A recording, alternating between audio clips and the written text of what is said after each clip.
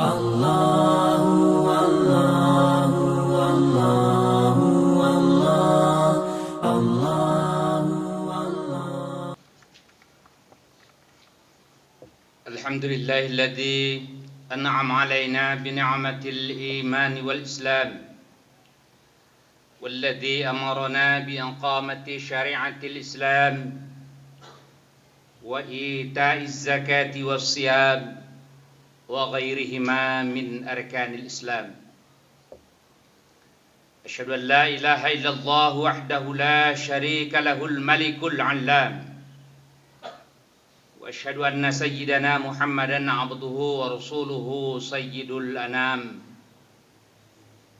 Allahumma fassalli wa sallim wa barik ala sayyidina wa maulana Muhammad wa ala alihi wa ashabihi al-kiram.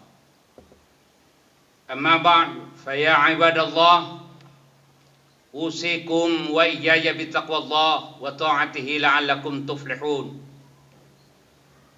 Qala Allah Ta'ala fi kitabihil karim, a'udzu billahi minasy syaithanir rajim. Bismillahirrahmanirrahim. Qala rabbi auzi'ni an ashkura ni'mataka allati an'amta 'alayya wa 'ala walidayya wa an a'mala salihan taradah wa dakhilni birahmatika fi ibadika as-salihin. Wa qala dan fi ayatin ukhra, qala rabbi auzi'ni an ashkura ni'mataka allati an'amta 'alayya wa 'ala walidayya wa an a'mala salihan taradah waslih li fi dhurriyyati inni tubtu ilaika wa inni minal muslimin. Shadaqallahul azim. Hadirin jamaah salat Jumat yang dimuliakan Allah. Kepada Allah kita panjatkan puji syukur yang tiada terhingga. Karena memang Allah yang Maha Kuasa, Allah yang memberikan kita hidup, yang pada saatnya jua nanti Allah yang akan mematikan kita. Allah lah yang memberikan kemuliaan kepada setiap orang yang Ia kehendaki dari hamba-Nya. Tapi Allah juga yang mencabut kemuliaan itu untuk kemudian digantikan dengan kehinaan. Allah yang memberi kekuasaan kepada setiap orang dari hamba yang Dia kehendaki. Tapi Allah juga yang mencabut kekuasaan itu dari setiap orang yang dikehendakinya.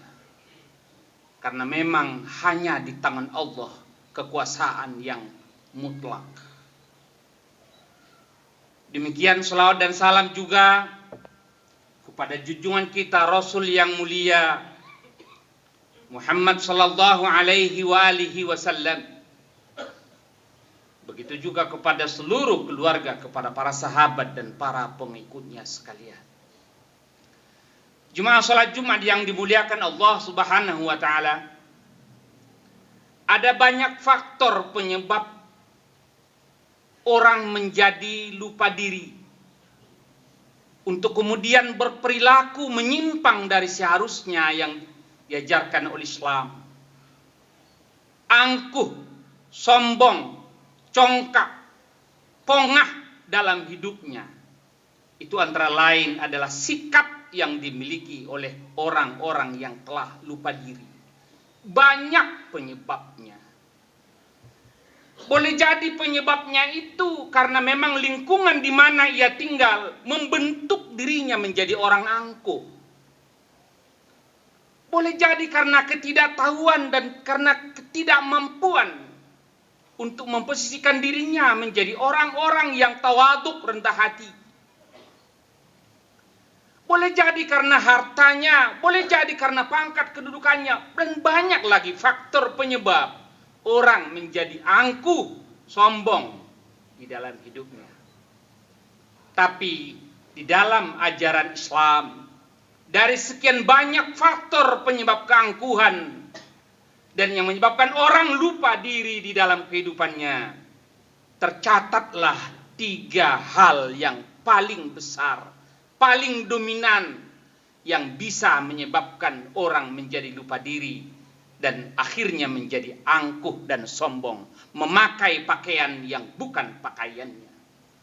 Yang pertama adalah kekayaan. Ada tidak banyak orang ketika hidupnya sederhana, maka perilaku dan sikapnya pun masih biasa-biasa saja. Tapi ketika Allah anugerahkan kepadanya harta yang melimpah, maka dengan serta-merta ada juga orang yang sikapnya kemudian berubah. Dari tadinya ia rendah hati, peduli kepada orang di sekitar, murah tangan, dan lain sebagainya. Kini dia berubah menjadi orang yang angkuh, sombong, seakan tidak peduli daripada orang-orang yang ada di kanan, kiri, dan muka belakangnya. Allah mengingatkan di dalam Al-Quran.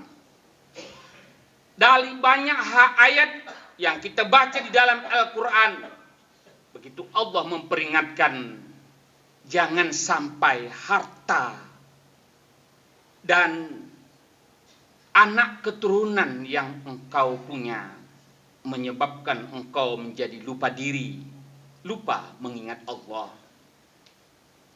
La tulhikum amwalukum wala auladukum an dzikrillah. Wa may yaf'al dzalika fa ulaika humul khasirun. Jangan sampai harta yang kau punya dan anak keturunan yang kau miliki menyebabkan engkau lupa kepada Allah Subhanahu wa taala. Yang kedua, boleh jadi harta tidak menyebabkan orang menjadi angkuh dan lupa diri. Tetapi kedudukan, kekuasaan bisa juga menjadi penyebab orang kemudian berubah. Ketika menjadi manusia biasa, maka ia masih tetap bersikap biasa. Tetapi tidak sedikit orang ketika telah berubah status menjadi orang penguasa, mendapat kedudukan terpenting di tengah-tengah kehidupannya, lantas dengan serta-merta sikap dan perilakunya juga berubah menjadi orang yang angkuh dan sombong. Tidak sedikit juga orang-orang yang diberi ilmu pengetahuan oleh Allah, karenanya ia kemudian menjadi angkuh dan sombong karena ilmunya. Maka tiga hal inilah dalam catatan-catatan ajaran Islam di berbagai referensi-referensi hadis yang menyebabkan orang menjadi lupa diri. Jemaah salat Jumat yang dimuliakan Allah Subhanahu wa taala, Allah telah memberikan satu percontohan yang luar biasa untuk menjadi atibar buat kita. Nabi Allah Sulaiman alaihi salam adalah sesosok manusia pilihan sebagai Rasul Allah yang ketiga-tiganya diberikan Allah kepadanya. Itulah dia Nabi Sulaiman alaihi salam, orang yang dianugerahi Allah harta yang melimpah, yang belum bisa ditandingi kekayaannya oleh siapapun di permukaan bumi ini sampai dengan saat ini. Bagaimana kekayaan Nabi Allah Sulaiman alaihissalam. Tentang kekuasaan, belum juga bisa ditandingi kekuasaan Nabi Sulaiman. Sekali sebagai seorang rasul, dia sekaligus seorang raja.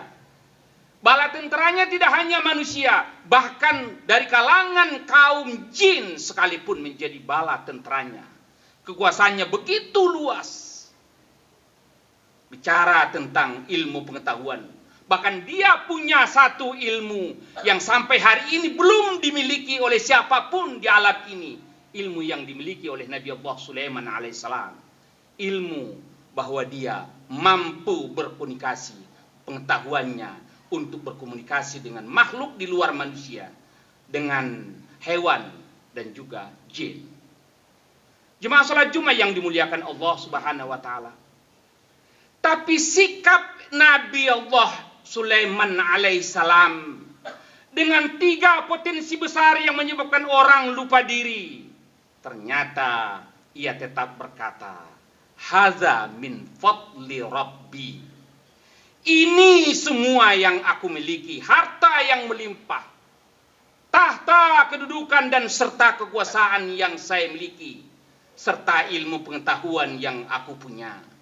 Min fadli Rabbi, ini semuanya adalah karunia Allah. Liyabluwani aashkuru am akfur. Tujuannya tidak lain, Allah ingin mengujiku.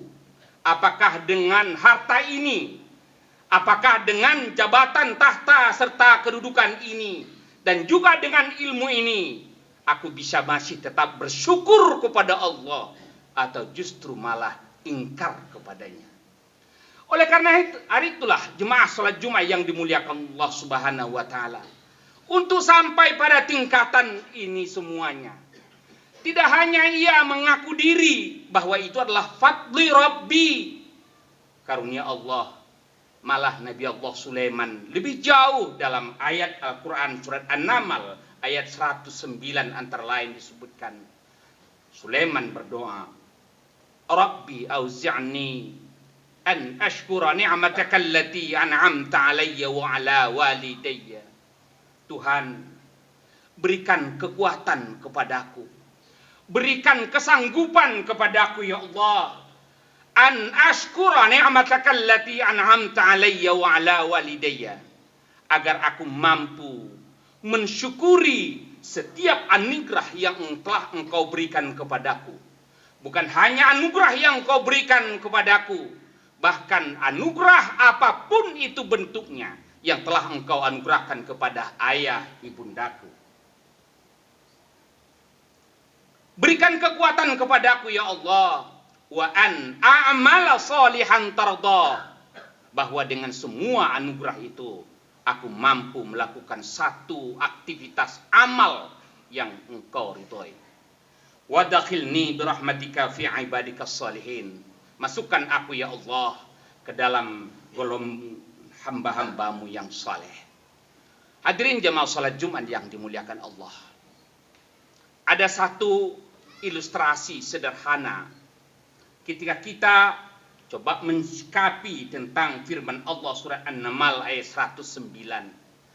Kaitannya bagaimana kita memposisikan diri kita menjadi orang yang bersyukur kepada Allah atas anugerah yang diberikannya.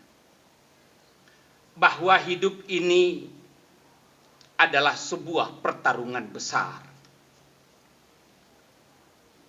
Hidup ini senantiasa diperhadapkan antara kezaliman dan kebatilan, kezaliman dengan kebenaran, hak dengan kebatilan. Hidup ini dipertentangkan antara keridhaan dengan kemurkaan Allah. Kita senantiasa berhadapan dengan kebahagiaan dan kesengsaraan hidup. Itulah memang hidup, senantiasa berputar dalam kehidupan manusia, senantiasa berebut posisi, kebatilan berebut,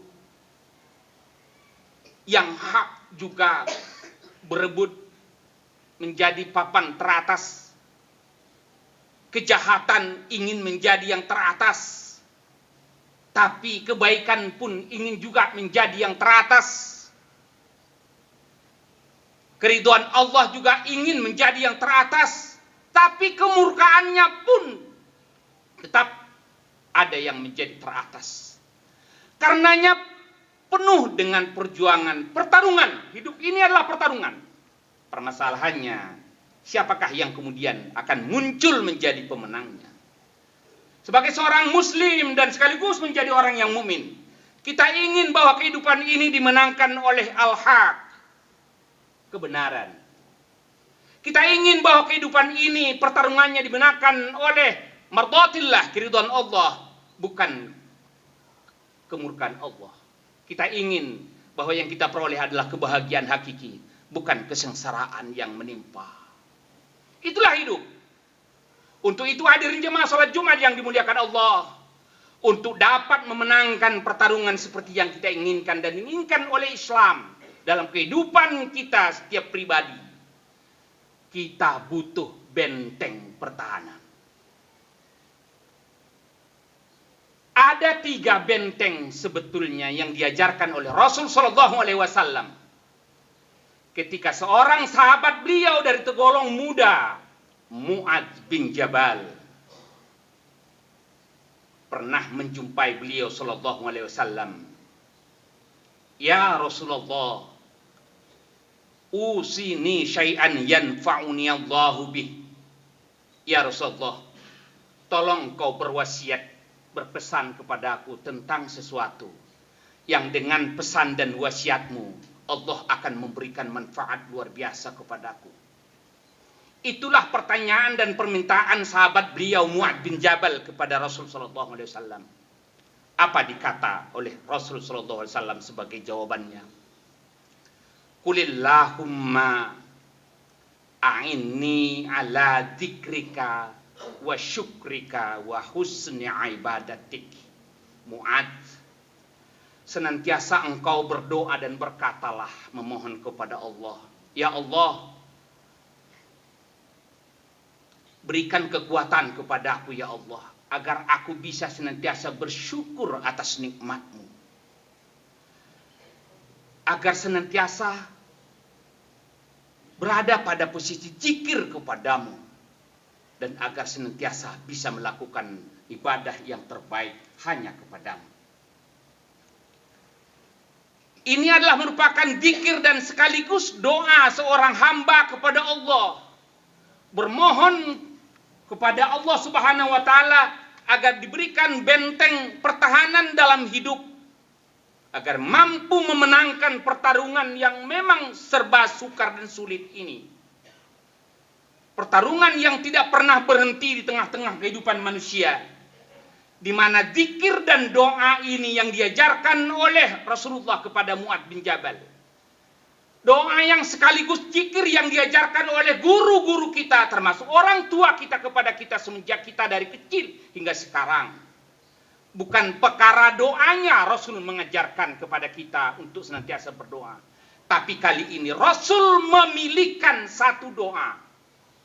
Materinya dipilih oleh Rasul. Allahumma a'inni ala dzikrika wa syukrika wa husni ibadatik. Apa istimewanya zikir dan doa ini? Inilah 3 benteng pertahanan manusia di dalam hidupnya yang tidak boleh disia-siakan.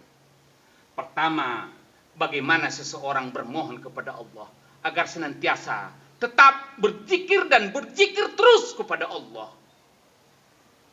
Innamal mu'minuna alladzina idza dzukirallahu wajilat qulubuhum wa idza tuliyat alaihim ayat jadathum imana wa ala rabbihim yatawakkalun. Zikir kepada Allah itu banyak pengaruh dan manfaatnya. Bisa menambah keimanan kepada Allah, terlain zikir. Bila kita buka lembaran-lembaran Al-Quran tentang zikir, maka salah satu di antara ayat yang menceritakan dan memberi penjelasan tentang zikir, manfaat zikir, bahwa hanya dengan zikir kepada Allah engkau akan merasakan ketenangan dan ketentraman batin itu. Ala bi dzikrillahi tatmainnul qulub. Jemaah yang dimuliakan Allah, ketenangan dan ketentraman batin itu amatlah sangat mahal harganya. Orang dari satu hari ke hari lain, dari setiap pagi pergi kerja, pulang malam, peras keringat, banting tulang, mencari harta kekayaan yang melimpah. Tapi ternyata kekayaan itu tidak berbanding lurus dengan kebahagiaan hidup. Bukan berarti kalau orang kaya banyak hartanya, lalu kemudian bahagialah hidupnya. Sama sekali tidak. Yang menjadi jaminan kebahagiaan menurut Allah, ala bidzikrillahi tatmainnul qulub. Kalau ingin tentram, damai, sejahtera, tentram hatimu dan batinmu, satu-satunya rumusnya adalah zikirmu kepada Allah. Jemaah salat Jumat yang dimuliakan Allah, berikut tentang zikir, bahwa dalam ajaran agama Islam tidak seorang pun dari yang sekian banyak hamba ini akan masuk ke dalam surga sebelum mendapat ampunan dari Allah Subhanahu wa taala. Sekecil apapun maksiat yang dilakukan oleh setiap kita sebelum mendapat ampunan dari Allah, maka surga itu haram untuk setiap kita. Setiap dosa yang kita kerjakan harus mendapat ampunan terlebih dahulu dari Allah Subhanahu wa taala. Ketahuilah jemaah Jumat yang dimuliakan Allah, sekecil apapun dosa yang kita lakukan, dosa itu dipastikan terjadi bagi kita di saat kita tengah tidak dalam keadaan zikir kepada Allah. Mari kita coba hayati, kita rasakan, kita sadari dalam hidup ini, apa dosa maksiat kepada Allah yang kita lakukan. Kita pastikan dapat bahwa dosa dan maksiat yang kita kerjakan ini kita lakukan bersamaan dengan pada saat yang itu kita tengah tidak dalam keadaan zikir kepada Allah Subhanahu wa taala. Oleh karenanya, jangan pernah berpuas hati bahwa selamanya ini kita berzikir kepada Allah. Jangan-jangan zikir yang kita lakukan selamanya ini bukan seperti itu zikir yang diinginkan oleh Allah. Oleh karenanya tetaplah kita mencari, belajar dan belajar terus tentang zikir ini. Bagaimana zikir ini menjadi bahagian daripada kepribadian hidup kita. Dikala kita berdiri, dikala kita duduk, dikala kita berbaring istirahat sekalipun, zikir itu tetap menjadi bahagian dari kehidupan kita. Itu benteng pertahanan hidup manusia yang pertama. Adapun benteng pertahanan hidup manusia yang kedua, dari kandungan pesan Rasul kepada sahabatnya Mu'adz bin Jabal, adalah syukur kepada Allah atas segala nikmatnya. Seperti mana Nabi Allah Sulaiman alaihissalam mensyukuri terhadap Allah atas semua anugerah yang diberikan Allah kepadanya. Seorang tokoh yang kita kenal namanya Ibnul Qayyim al-Jauziyah membagi syukur itu dalam 3 tahapan dan 3 tingkatan. Semoga tahapan dan tingkatan syukur yang dibagikan oleh Ibnul Qayyim Jauziyah ini bisa kita hayati untuk memposisikan di mana letak syukur kita selamanya ini kepada Allah. Ia katakan bahwa syukur pada tingkatan yang pertama, meskipun itu tingkatan yang paling rendah di antara 3 bentuk syukur itu, adalah asyukru indal mahab, kata beliau. Syukur ketika memperoleh sesuatu yang diinginkan. Ada kebahagiaan, ada kesenangan, ada sesuatu yang diinginkan, kita capai dan kita peroleh. Karenanya kita bersyukur kepada Allah. Inilah tingkatan syukur yang paling rendah, paling bawah. Hanya karena mendapat anugerah yang dia senangi, yang dia sukai, baru kemudian ada rasa syukurnya kepada Allah. Artinya ketika sesuatu anugerah yang tidak diperolehnya sesuai dengan keinginannya, syukur itu jauh dari hidupnya. Syukur pada tingkatan yang paling rendah. Ada syukur yang bentuk yang kedua, tingkatan yang paling menengah adalah asyukru indal makarih. Syukur ketika berada pada posisi meskipun dalam keadaan yang tidak disenangi. Bencana terjadi. Harta kekayaannya hilang, habis, musnah, terbakar. Tahta jabatan diambil dalam keadaan spontan. Orang-orang tersayang di antara keluarganya menghilang, menjauh. Bahkan ada yang tidak pernah akan kembali. Semuanya keadaan yang menimpa diri seseorang seperti ini. Pada saat yang bersamaan, seorang hamba pada tingkatan yang kedua ini masih akan tetap bersyukur kepada Allah. Bagaimana wujud syukur seseorang pada saat mendapat musibah dan bencana dalam hidupnya? Inilah pribadi muslim yang bijaksana, mensyukuri anugerah Allah meskipun dalam posisi, dalam keadaan yang tidak berpihak pada keinginannya. Pada tingkatan yang ketiga alla yashhadal abdu indal mun'im. Ini adalah syukur pada tingkatan yang terakhir paling tinggi, bahwa seorang hamba merasakan hidup ini, tidak ada hidup ini kecuali semuanya adalah mun'im. Mun'im itu adalah nama daripada pemberi nikmat Allah. Allah sebagai pemberi nikmat. Bahwa hidup ini apapun adanya adalah semua nikmat. Yang artinya tidak ada satu keadaan dan posisi pun yang kita diperkenankan untuk tidak syukur kepada Allah Subhanahu wa taala. Hadirin jemaah salat Jumat yang dimuliakan Allah. Yang ketiga, benteng pertahanan seorang muslim dalam hidupnya, selain daripada zikir dan syukur kepada Allah, adalah melakukan ibadah yang terbaik kepada Allah. Wa husni ibadatik. Musibah terbesar dalam hidup ini, jemaah yang dimuliakan Allah, bukanlah ketika orang mendapat bencana yang menghabiskan seluruh apa yang ia miliki. Bukanlah musibah itu ketika ia berpisah dengan orang-orang yang dia cintai dari keluarganya. Tetapi musibah terbesar dalam hidup ini, kalau kita mau jujur dan sadari, adalah ketika hari berganti hari. Berganti hari, minggu, bulan, bahkan tahun. Seseorang hamba semakin hari semakin berkurang rasa dekatnya kepada Allah. Itulah musibah paling besar.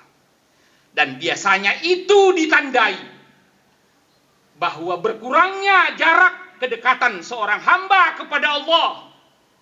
Dapat dipastikan itu karena memang kualitas dan kuantitas ibadahnya kepada Allah pun semakin hari semakin berkurang kepada Allah.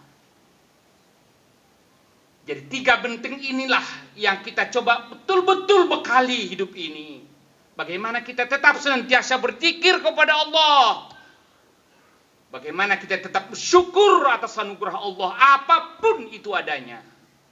Syukuri apa adanya. Dan jangan pernah melalaikan dan melengahkan diri dengan kualitas dan kuantitas ibadah terbaik hanya kepada Allah. Jadikan hidup ini sebagai ladang ibadah kepada Allah. Karena memang ketiga-tiga hal ini, mulai daripada zikirnya, syukurnya, dan ibadahnya kepada Allah, inilah benteng pertahanan kita yang mampu memenangkan pertarungan hidup ini. Kita mau ingin dapat mardotillah, keridhaan Allah, bentengnya ketiga-tiga ini. Kita ingin mendapat ketenangan, kebahagiaan, 3 benteng ini mutlak harus kita miliki. Kita ingin mendapat satu posisi di mana kebenaran akan berpihak, kebatilan adalah menjadi lenyap. Maka ketiga hal ini menjadi kunci utamanya. Kalau zikir kepada Allah terabaikan, kalau syukur kepada Allah kita tinggalkan, ibadah kepada Allah yang terbaik kita lalaikan, maka tunggulah kehancuran, bahwa kehidupan ini yang ada adalah kebatilan. Kehidupan ini adalah kesengsaraan. Kehidupan ini adalah kemurkaan Allah Subhanahu wa taala. Inilah barangkali sedikit makna yang bisa kita petik dari firman Allah dan hadis Rasulullah SAW. Mudah-mudahan Allah memberikan kekuatan kepada kita, kekuatan lahir dan batin, agar kita bisa memposisikan diri kita menjadi orang-orang yang senantiasa zikir kepada Allah, orang yang senantiasa syukur atas anugerahnya, dan tetap melaksanakan ibadah yang terbaik hanya kepada Allah Subhanahu wa taala. Amin ya Allah ya rabbal alamin.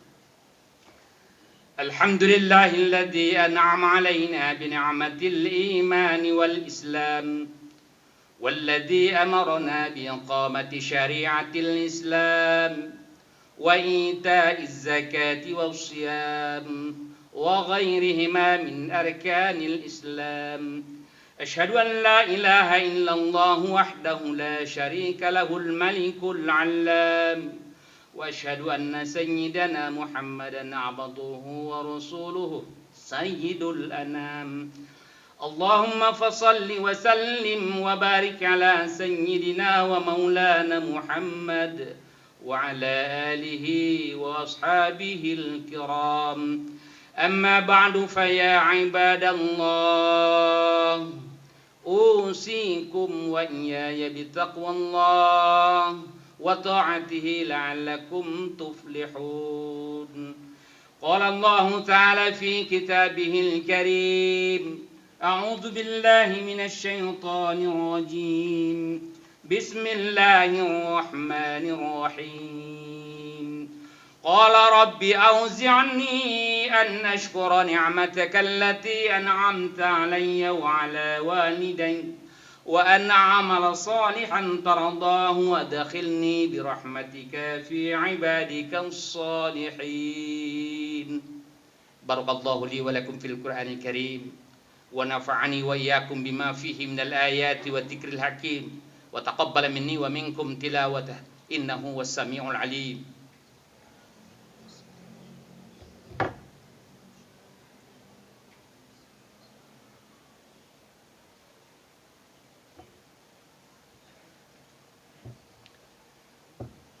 الحمد لله الذي فضل يوم الجمعة على سائر الأيام الأسبوع واختصاه بساعة الدعاء فيها مجاب مسموع.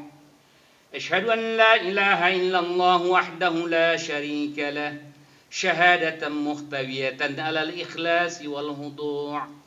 وأشهد أن سيدنا محمدا عبده ورسوله صاحب المقام الأعلى والذكر المرفوع. اللهم فصل وسلم وبارك على سيدنا ومولانا محمد وعلى آله وأصحابه ذوي الزهد والخشوع. أما بعد فيا عباد الله اتقوا الله حق تقاته ولا تموتن إلا وأنتم مسلمون. قال الله تعالى: والعصر إن الإنسان لفي خسر إلا الذين آمنوا وعملوا الصالحات وتواصوا بالحق وتواصوا بالصبر. وقال عز من قائل: إن الله وملائكته يصلون على النبي يا أيها الذين آمنوا صلوا عليه وسلموا تسليما. اللهم اغفر للمسلمين والمسلمات والمؤمنين والمؤمنات الأحياء منهم والأموات إنك يا الله سميع قريب مجيب الدعوات. آمين يا الله ويا قاضي الحاجات. اللهم أعنا على ذكرك وشكرك وحسن عبادتك. ربنا آتنا في الدنيا حسنة وفي الآخرة حسنة وقنا عذاب النار. عباد الله ولذكر الله أكبر والله يعلم ما تصنعون.